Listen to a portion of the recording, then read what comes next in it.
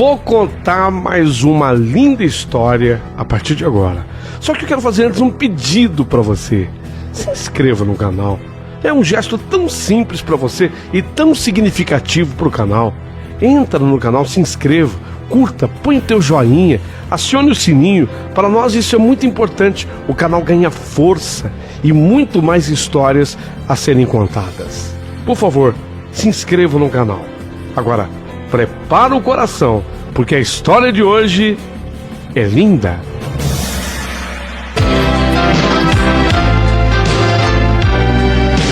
Rádio Emoção. Paulinho Boa Pessoa. A verdade de cada um.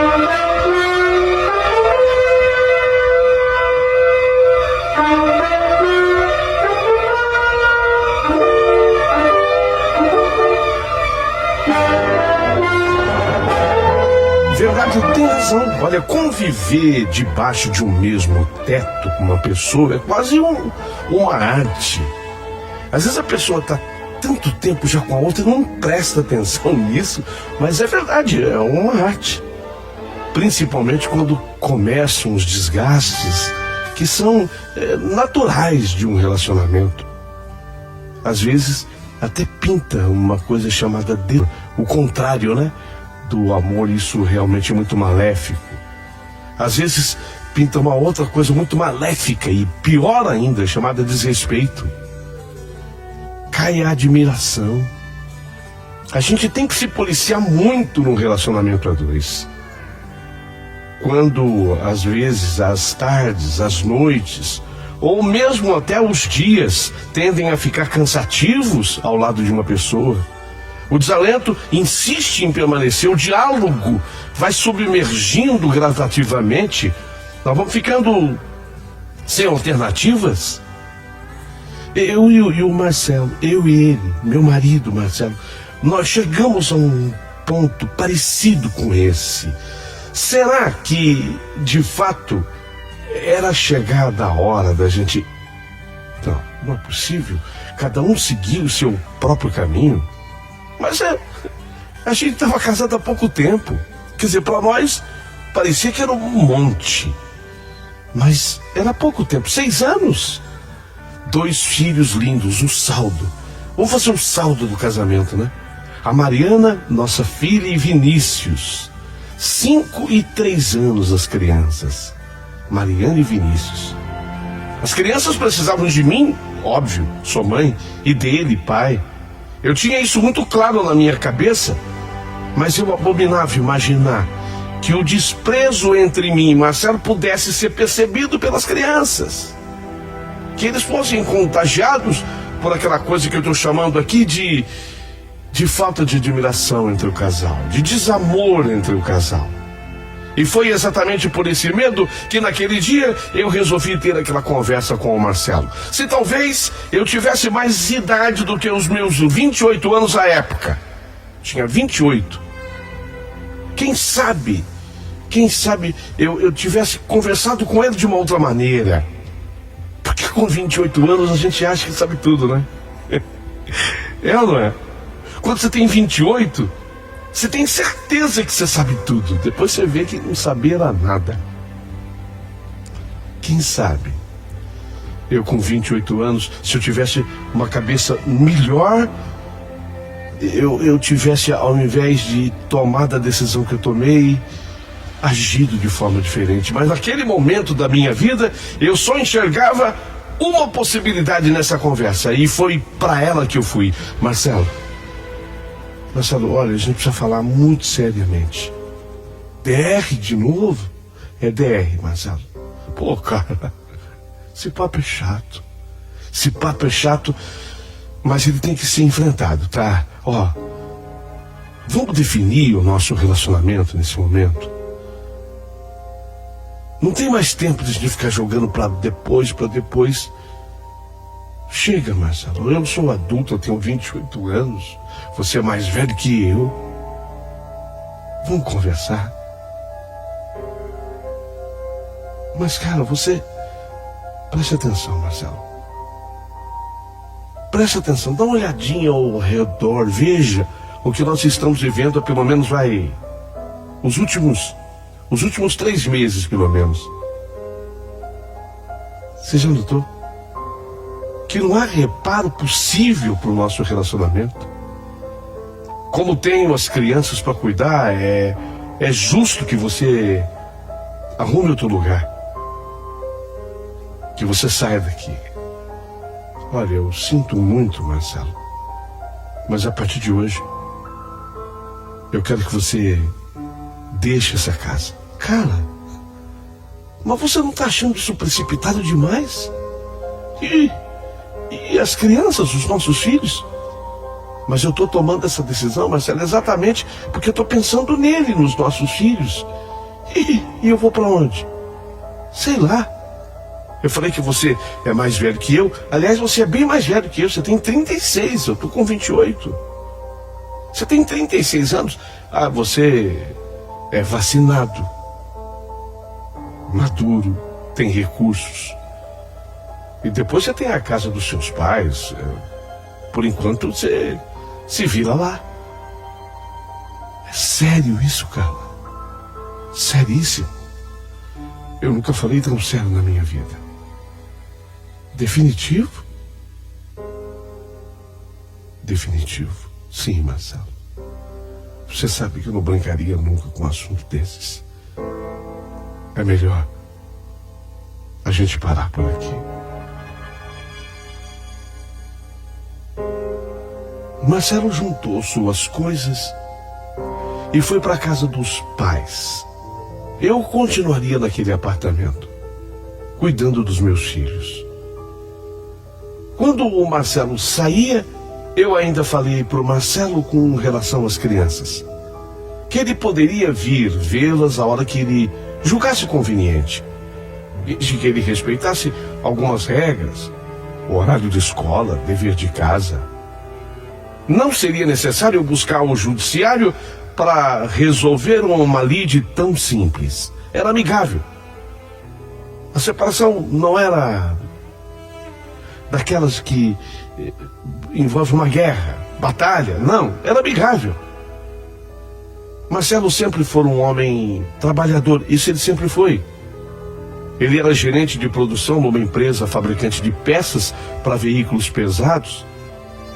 Chegou a ingressar, inclusive, numa faculdade de engenharia mecatrônica, cursou 2 períodos, depois se afastou, parou com a faculdade. Esse afastamento, no entanto, auxiliou até e muito a desgastar o relacionamento comigo. Porque depois de ter deixado a faculdade, todas as tardes após o trabalho, ao invés de ele voltar direto para casa, ele preferia passar nos bares e ali ficava bebericando, como dizia. Bebericando não, bebendo mesmo, bebericando. Parece que você falar bebericando é menos do que beber. Não, bebia. E para mim aquilo era uma atitude... Desculpe eu usar essa expressão, eu não quero ofender o Marcelo, mas para mim aquilo era uma atitude de moleque, adolescente. Passava-me a imagem de um homem que estava arrependido do casamento, sabe? Aquele homem que fica bebendo para esquecer alguma coisa, não dá essa impressão? Um homem que prefere a companhia dos amigos, da família. Esse tipo de atitude, repetida essa atitude por Marcelo a cada tarde, acabou com a nossa história. Ele chegava em casa às vezes alterado pela bebida, e quando eu tentava conversar, bem, não tinha conversa, mas só briga. Eu nunca gostei de brigas. Isso fez com que eu desistisse das tentativas de diálogo. Agora, quando ele voltava, eu deixava que ele desmaiasse na cama e eu aproveitava até para brincar com as crianças nesse momento. Isso foi pesando, até que eu tomei a decisão. Outra coisa teria um grande peso na minha decisão de colocar um ponto final no relacionamento com ele, Marcelo. Eu era independente. Eu tinha, como disse, 28 anos, mas eu trabalhava para valer numa empresa de publicidade muito bem conceituada. Eu era bacharel em publicidade e propaganda. E se eu não tinha lá um salário que pudesse se considerar ganhar bem pra caramba, mas era suficiente para pagar a escola particular para as crianças, pagar a empregada, as despesas gerais do apartamento e até eu mantinha o meu carrinho. Era um carro popular, tudo bem, mas eu mantinha. Abastecia sempre com o tal do álcool, mas eu mantinha o apartamento. O apartamento não fui eu que comprei, mas muito menos foi o Marcelo, meu pai. Meu pai comprou o apartamento e nos doou. Foi uma doação do meu pai. Então o Marcelo, ele continuou depois da separação com a mesma rotina dele. Durante o dia de trabalho, durante o dia eu repito, ele de fato era trabalhador. Mas deu tardezinha, bares. Boca da noite, bares. A bebedeira. Em 5 meses de separação, ele esteve com as crianças o quê? 5 meses? Se teve 5 vezes. 5 vezes com a criança. Isso foi muito. Isso tudo me fazia crer que eu havia tomado a decisão correta. Eu estava cada vez mais consciente de que eu havia dado o passo certo. Ainda bem que as crianças não tinham assim por ele, Marcelo, um grande apego, adoração, tal. As idades também contribuíam para que as crianças pudessem esquecer mais fácil. Até que no 7º mês de separação, chegamos àquele dia. Naquela sexta-feira de noite, tocou a campainha do apartamento. Era o Marcelo.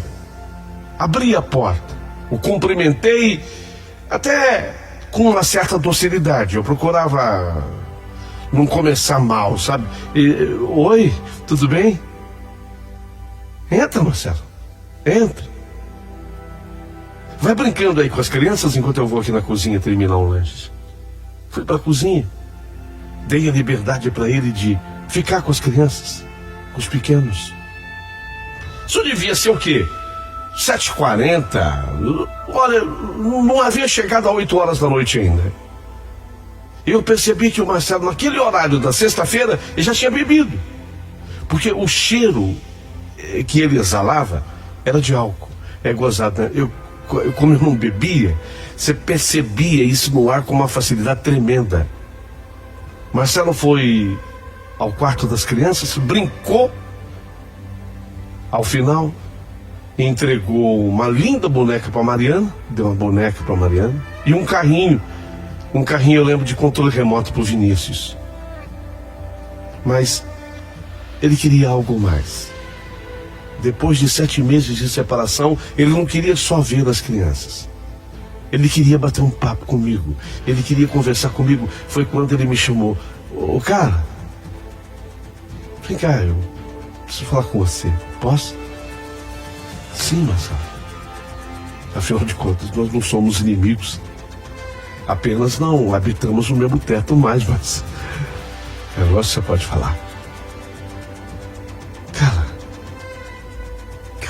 olha, não há mesmo, assim, nenhuma dúvida que eu fui o único causador da nossa separação. Hoje isso está muito claro para mim, sabe? Está claro. Eu fui o responsável. Quer dizer, eu fui o irresponsável. Eu causei a separação. Mas humildemente hoje, eu quero admitir a minha falha. Vamos voltar, cara. Vamos voltar. A gente tá perdendo tempo, você não acha? Olha, aqui cabe uma pausa para que você que está ouvindo reflita comigo. Pense bem. Essa era a proposta do Marcelo. Uma volta, depois de 7 meses de separação. Então, estávamos separados há mais ou menos 7 meses. Ele pouco visitava nossos filhos.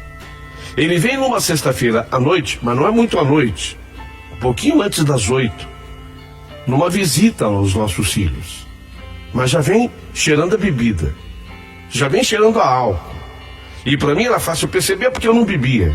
Pergunto, esse sujeito de fato quer se reconciliar? É uma pergunta que eu estou fazendo para você, direta para você. Ele quer se reconciliar? Alguém assim mais afoito numa defesa dirá: talvez tenha bebido para ter coragem para falar. Mas precisa de coragem. Depois aquele tempo de namoro, dos 6 anos de casamento, precisa. O que está claro para ele é que ele foi o culpado. Isso ele deixou claro para mim também. Mas será que ele mudou? Pense. Então eu dei para ele a resposta que eu podia dar. E qual é a resposta que eu podia dar? Essa. Marcelo, embora eu vou ser sincera com você, eu ainda sinto algo por você. Eu tenho a convicção que eu ainda sinto algo por você. O maior que o pai me deu é um carrinho de controle remoto. Tá, vai brincar lá, filho. O maior, a boneca que o meu pai me deu. É linda, não é, mãe? É linda, Mariana. Vai brincar. Eles são uma gracinha. Pra mim é tão difícil. Pra mim é tão difícil ficar longe deles. Vai, cara. Me dá uma chance. Marcelo, antes de eu tomar a decisão da separação, eu já tinha feito essa análise dos prós e dos contras. Mas, cara, não vê a felicidade das crianças. Não vê a alegria deles. Vinícius com carrinho. Olha lá, Mariana com a boneca. Talvez alguns ajustes. A gente reconstrói tudo. Marcelo, eu não vou mentir para você. Não vou mentir para você que eu nesses 7 meses não tenha me relacionado com ninguém. Ainda que eu goste muito de você, porque eu gosto. Mas eu acho que eu estou conhecendo uma pessoa. Eu ainda gosto de você, mas eu acho que eu estou conhecendo uma pessoa. Você entende? Você pode vir aqui a hora que você quiser. Ver os seus filhos, quer dizer, os nossos filhos. Mas, entendeu? Eu peço a você a oportunidade de a gente não tocar mais nesse assunto da reconciliação, não. Eu estou decidida. Eu estou conhecendo outra pessoa, Marcelo. Me respeita nisso. Tá, cara. Agora sim. Agora você falou. Agora eu entendi. Agora eu entendi. Tem outro aí. Você não quer mesmo? Não adianta. É bater em ferro frio. Pá, pá, pá, pá. Em ferro frio aí não dá. Então, seja feliz, tá? Sei, sim. Nem sei quem é. A outra pessoa, né? A outra pessoa. Enigmática. É a outra pessoa. Tá bom? Eu sou torto. Pego direito. Passar bem, dona Carla. E ele bateu a porta. Depois daquele clima ruim, Marcelo saiu e foi embora. Mas eu fiquei sabendo que no dia seguinte, que seria um sábado, ele iria participar durante todo o dia de uma festa de aniversário na casa de um amigo de trabalho. Ah, detalhe. Esse detalhe é importante. O Marcelo saiu, bateu a porta. Mas ele foi até o elevador e voltou. E quando ele foi até o elevador e voltou, ele falou assim, abrindo a porta, mas não entrou mais em casa. Ele falou do hall do elevador.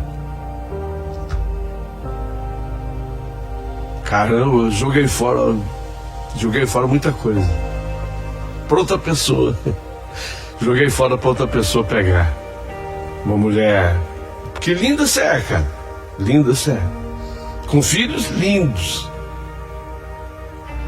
Olha aqui o que eu joguei fora. Tchau.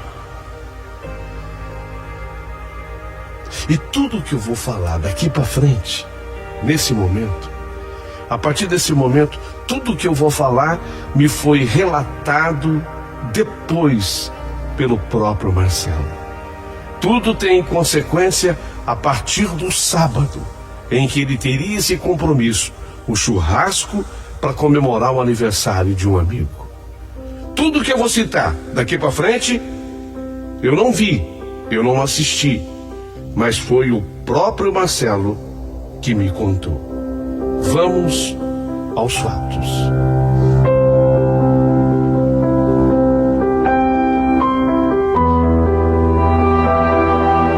Marcelo levantou cedo naquele sábado. Estava morando com o pai e com a mãe. E tem uma coisa que o pai dele ama e passou para ele. O pai dele tem um viveiro de pássaros, de passarinhos. E ele ama isso. Em casa a gente não tinha, por minha causa. Nós não tínhamos passarinho porque eu nunca gostei de ver o passarinho, coitadinho, preso na gaiola. Mas respeitava, porque o pai dele dizia que éramos sabiás de cativeiro, os passarinhos da terra de cativeiro, os canarinhos do reino de cativeiro. Então eram pássaros já criados em viveiro. Ok, eu não vou discutir isso. Então ele levantou cedo, tratou dos passarinhos, uma coisa que ele gostava de fazer. Deu a ração para os cães, cachorros que tinham lá, colocou água. Marcelo sempre adorou bicho, animal em casa. Tomou o café, tomou um banho depois e saiu. A casa do amigo dele ficava mais ou menos uns 40 minutos mais ou menos da casa dos pais dele, onde ele estava. Ele tinha que sair mais cedo, passar numa loja para comprar um presente para o Lauro, o amigo aniversariante. Preparou-se, pegou o carro e rumou a uma loja. Comprou uma bela camisa de presente para o amigo e logo ele estaria em sua casa. Chegou em bom horário, na casa do Lauro, eu digo. Chegou em bom horário, cumprimentou a todos, foi apresentado à esposa do Lauro e aos 2 filhos dele. E começaram a cortar aqueles primeiros pedaços de carne para ser assada. O freezer estava lotado de latinhas, muitas latinhas de cerveja. Havia também litros de uísque em cima da mesa, um tal de gin, entre outras bebidas. Crianças brincavam pelo espaço, o quintal era gostoso, bom. Havia até uma pequena piscina na casa. Enquanto os pais e as mães bebericavam, de novo surgiu a palavra, né? Parece que quando você fala bebericava é menos do que beber. Ok. Enquanto pais e mães bebericavam cerveja, comiam da carne, batiam papo e outras cocitas, mas nesse momento o Marcelo pensou: puxa vida, eu podia estar aqui com a minha mulher, né? Não é meu? Você vê que os meus amigos todos são casados, né? Todo mundo com a mulher, com os filhos. Eu podia estar aqui com a minha mulher, com meus filhos. Porque nessas festas é assim, você reúne o pessoal da tua idade, da tua turma, e todo mundo é meio parecido, né? Um ou outro que você acaba se separando, e esse um ou outro era justamente o Marcelo. Nessas festas sempre tem aqueles que abusam mais da bebida e começam a misturar a caipirinha com o tal do gin, do uísque, e volta na cerveja, a caipirinha de novo. E tem aquele mais esperto, ou eu não vou chamar de mais esperto, mas mais responsável, que vai tomando um golinho de cerveja. Ele participa do papo, mas sabe, esse é o tal do bebericar. Ele de vez em quando vai lá dar um golinho. Aqueles que têm uma educação e limites, até para beber. Eu até admiro pessoas assim. Os mais racionais. Marcelo, não. Ele não tinha essa racionalidade. Para ele, bastava começar, que enquanto a barriga coubesse, ele ia bebendo. Agora na festa, depois da bebida, e normalmente era assim, ele ficava mais falante. Aliás, sempre que ele se embriagava, ele ficava descontroladamente falante. E aí ele ia ficando chato, sabe? Ia ficando chato, usava palavras às vezes até agressiva. A palavra às vezes pesava um pouquinho. E de repente o tempo vai passando e a festa vai, e aí, o parabéns pra você, e a hora do parabéns pra você, o Marcelo já não tava legal, já cantou daquele jeito. Parabéns pra você nessa data que... Urra! É pique. Não era pique, você já viu que ele cantava, né? Ô Marcelo, tem criança aqui. Vai, é pique. Entendeu? A casa, depois do parabéns, normalmente vai esvaziando. O Marcelo foi ficando. Foi quando o amigo aniversariante, o Lauro, o advertiu. Marcelão, você não vai ter a mínima condição de voltar para casa dirigindo o carro, não.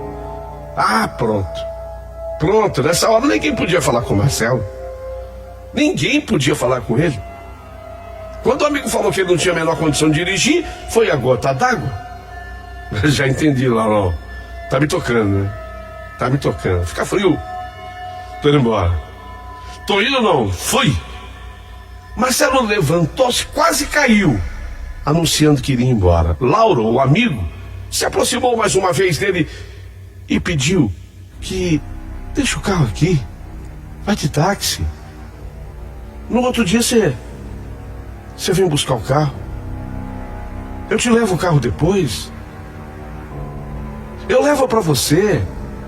O Lauro, o amigo, usou de todas as tentativas para que o Marcelo não fosse embora dirigindo. Ele viu que o Marcelo não tinha a menor condição. Mas nessa hora o Marcelo respondeu: ô Lauro, vai me estranhando, cara. Sei o que estou fazendo.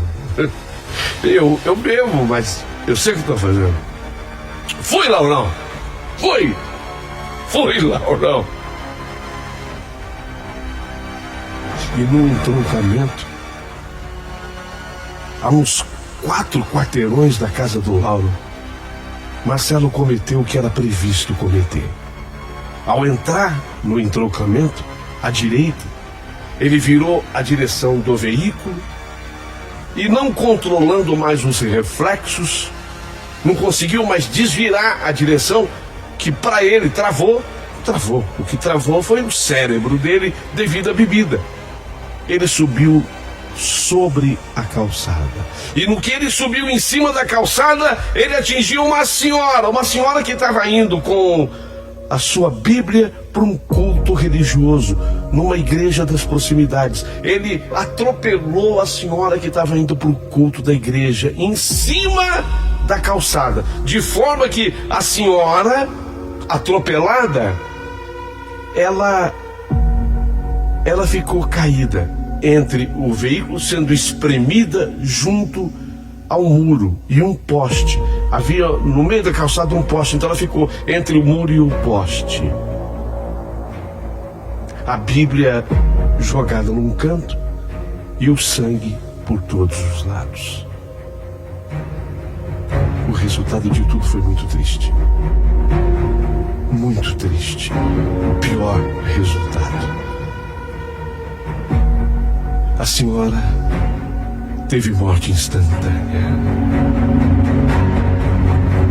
A senhora que estava indo para a igreja com a Bíblia debaixo do braço acabou sendo atropelada de cima da calçada e presa entre as ferragens do carro do Marcelo, poste e muro. Os transeuntes presenciaram a tragédia e chamaram a polícia. Aliás, o lugar era muito movimentado, já havia uma viatura por perto. Em minutos, a viatura estava em cima. De armas em punho, os policiais gritavam: sai do carro! Achavam que ele fosse um bandido. Sai do carro, mão na cabeça. Não havia reação por parte do Marcelo. A polícia achava que ele fosse um bandido, sei lá. Porque do jeito que ele atropelou, ele ficou dentro do carro. E o pessoal batendo no carro, meio que querendo linchar o Marcelo. Não havia tanta gente assim, mas as pessoas que ali estavam batiam no vidro, meio que querendo linchar o Marcelo. A polícia: sai do carro, mão na cabeça. Na verdade, o Marcelo devia ter atingido o famoso coma alcoólico. Aliás, atingiu o coma alcoólico. Ele não viu, não se lembra de como ele saiu do carro. Não lembra. Quando o Marcelo recuperou a consciência, não estava no hospital, não. Ele estava na cadeia. Ele estava preso, jogado numa cela com outros, preso. E os presos rindo. Meu irmão, o que você tomou, meu irmão? Me fala aí que eu não quero nem chegar perto dessa bebida aí, rapaz. Você tá desmaiado aí há mais de 9, 10 horas. Você tá louco. O que você tomou, cara? Marcelo não se lembrava de tudo o que acontecera, mas até dos detalhes citados nessa carta, sim.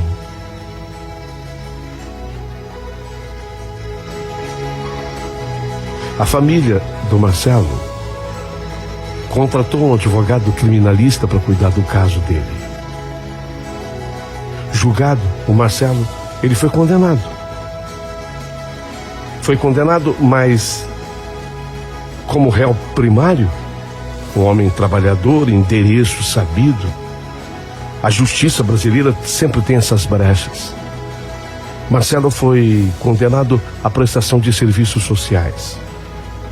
E acabou sendo designado por uma coisa de Deus, obras de Deus. Ele acabou sendo designado por uma casa de repouso chamada Dom Miguel. Todo sábado e domingo e feriado, ele ia para essa casa de repouso.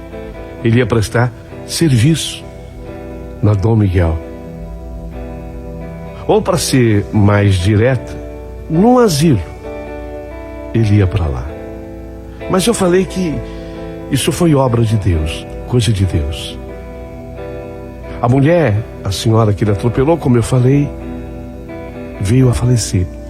Mas eu estou voltando nesse assunto porque ela é fundamental na história do Marcelo e em tudo o que vai acontecer daqui para frente.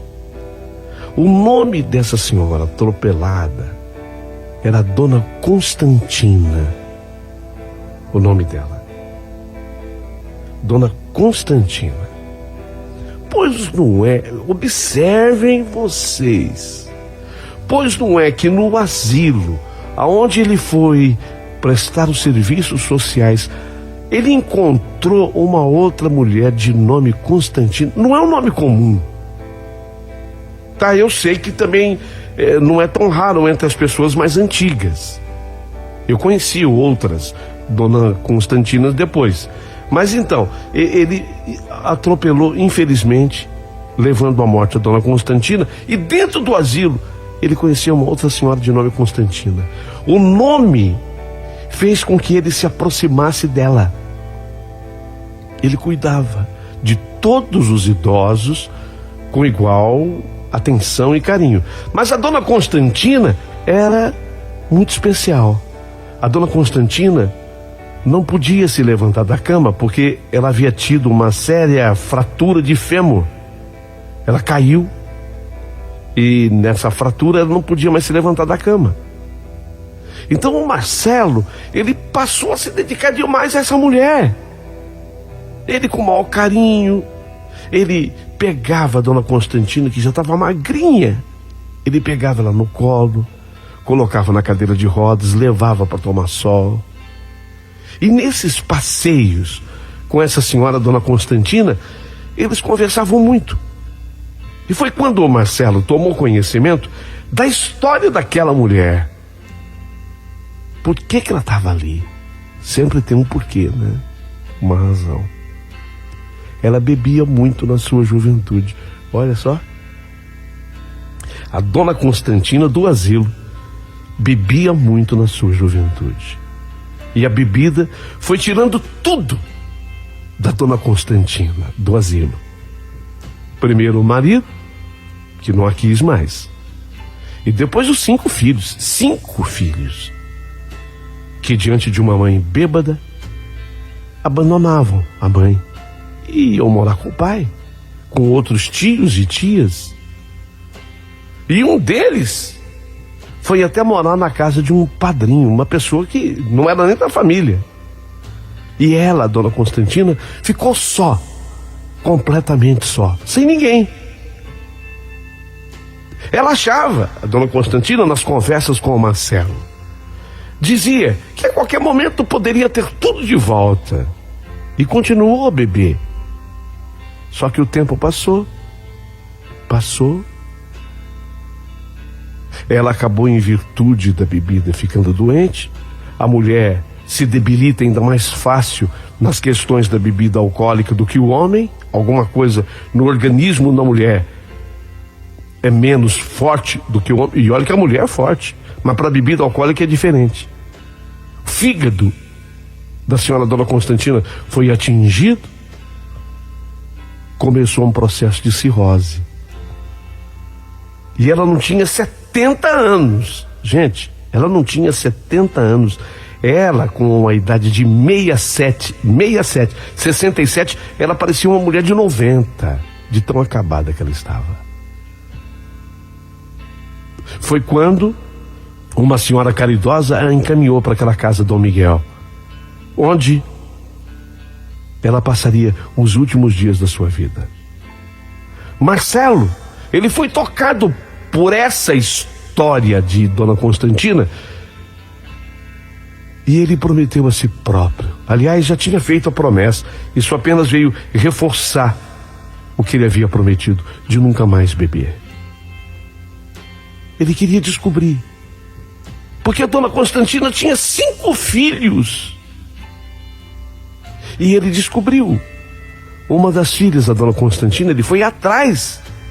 Ele viajou mais de 1.200 quilômetros, mas ele foi até Goiânia, atrás de uma moça, de uma senhora também já, né? Que era a filha da dona Constantina. E sabe o que essa senhora falou para ele? Sabe o que essa filha falou para o Marcelo? Ela nunca me tratou como filha. Nunca. Sempre me desprezou, nunca cuidou de mim. Ela nunca foi mãe. Não vai ser agora que eu vou atrás dela. Eu não. Deixa lá. O senhor não está cuidando dela? Cada um cuida de quem merece. Vou não. Fala que eu mandei um abraço para ela. Com essa frieza. Sem exagero, com essa frieza. Marcelo voltou mais tocado ainda dessa viagem, porque ele tinha certeza que a moça viria, a senhora viria com ele. Ele ofereceu a viagem, hospedagem, tudo para a mulher não quis vir. Não quis vir ver a mãe. Mas tocado por tudo,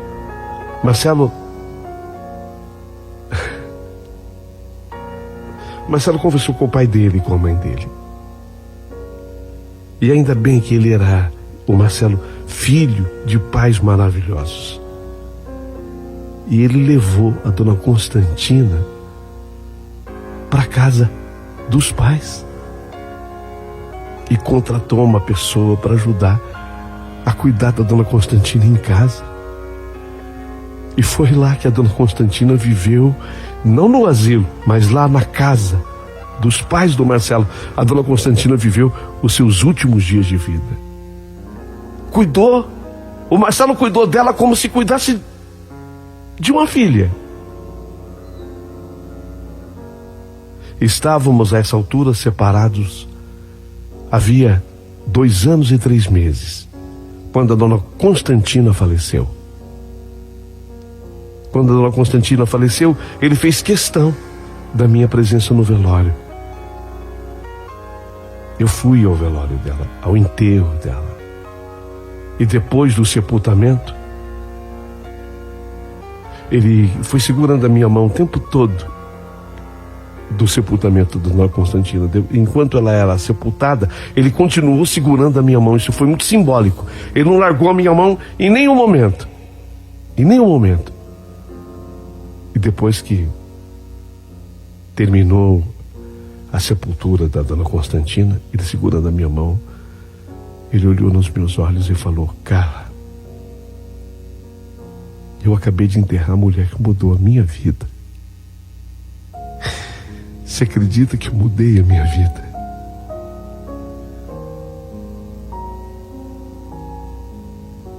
Eu acreditei. Porque tem um momento que as palavras são perfeitamente dispensáveis. Meu marido tinha mudado. Tinha mudado meu marido e era hora de começar de novo. Era hora de recomeçar. E foi o que ele me propôs. Você ainda gosta de mim? Eu nunca te esqueci, Marcelo. E aquela pessoa que você falou não deu certo. Assim como eu sei que você também tentou. E pelo jeito não deu certo também, né? Você tem razão.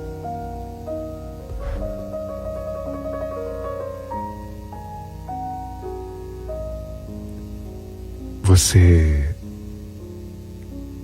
me aceita de novo? Quando você vai para casa? Eu vou agora.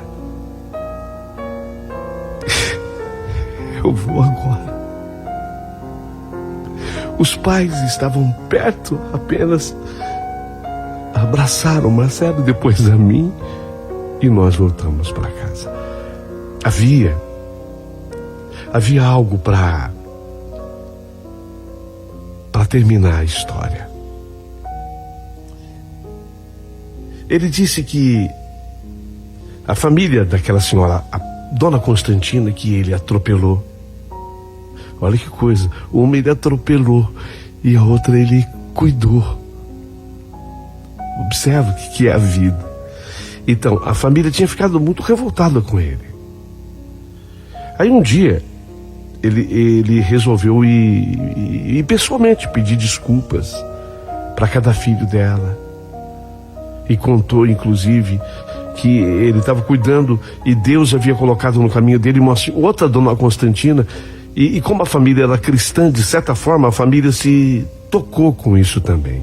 Só que aí, o marido daquela Dona Constantina primeiro falou assim: e a Bíblia dela? O senhor sabe da Bíblia? Porque a Dona Constantina que ele atropelou tinha uma Bíblia. Estava com uma Bíblia debaixo do braço. E a Bíblia sumiu. E aí esse senhor que era o marido da Dona Constantina morta falou: e o senhor sabe da Bíblia dela? Porque a Bíblia dela era toda marcada com a letra dela. Não é uma Bíblia qualquer. Era toda escrita com a letra dela. O senhor não viu? Falou: não, eu não. Aí ele lembrou, porque o carro dele, isso foi mais ou menos num período de 8 meses pós o acidente, por ali.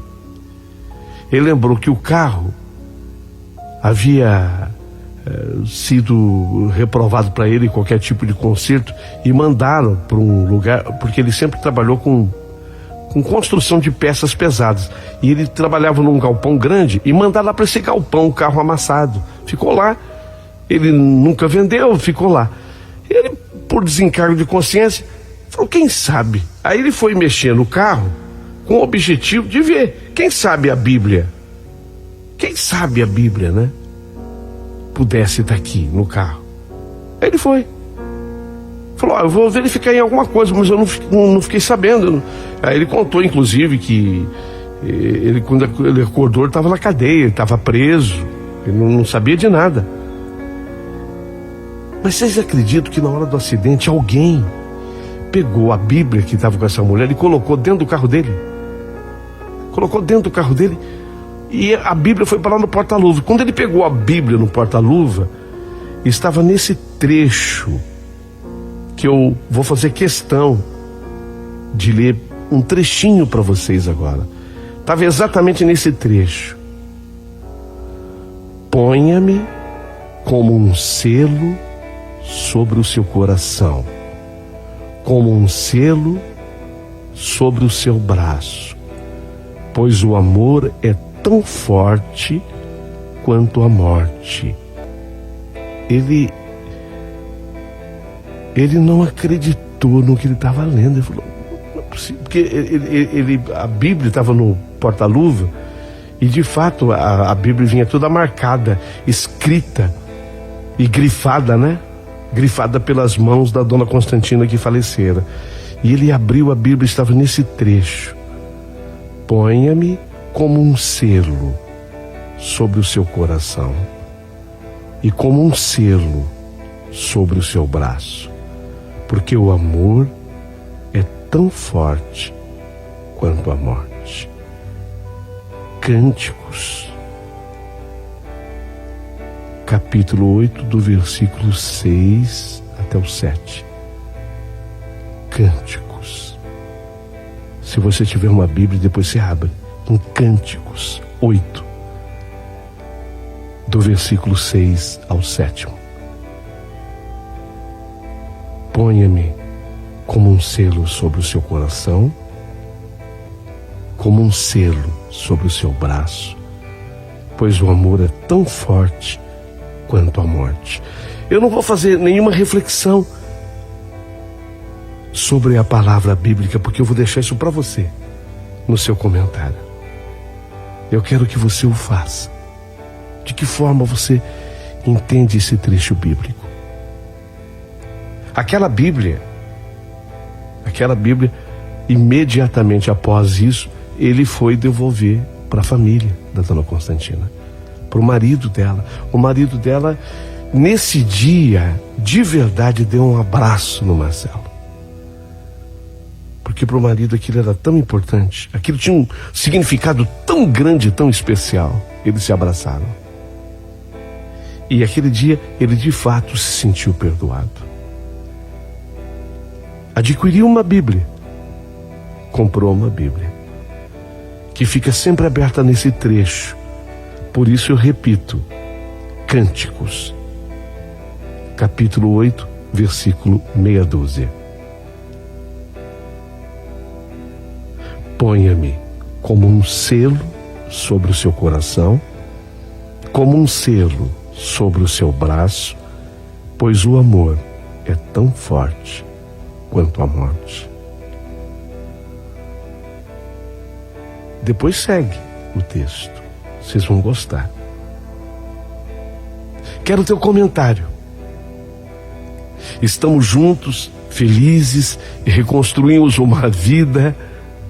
O casamento prosperou, ficamos naqueles filhos e acabamos de comemorar bodas de prata, 25 anos juntos, eu e Marcelo. Comente, eu vou ficar aguardando o seu comentário. E um pedido a mais, por favor, se inscreva no canal do Paulinho Boa Pessoa. Um gesto simples para você, mas tão importante para o canal, para que ele continue recebendo histórias com esse conteúdo. Por favor, se inscreva.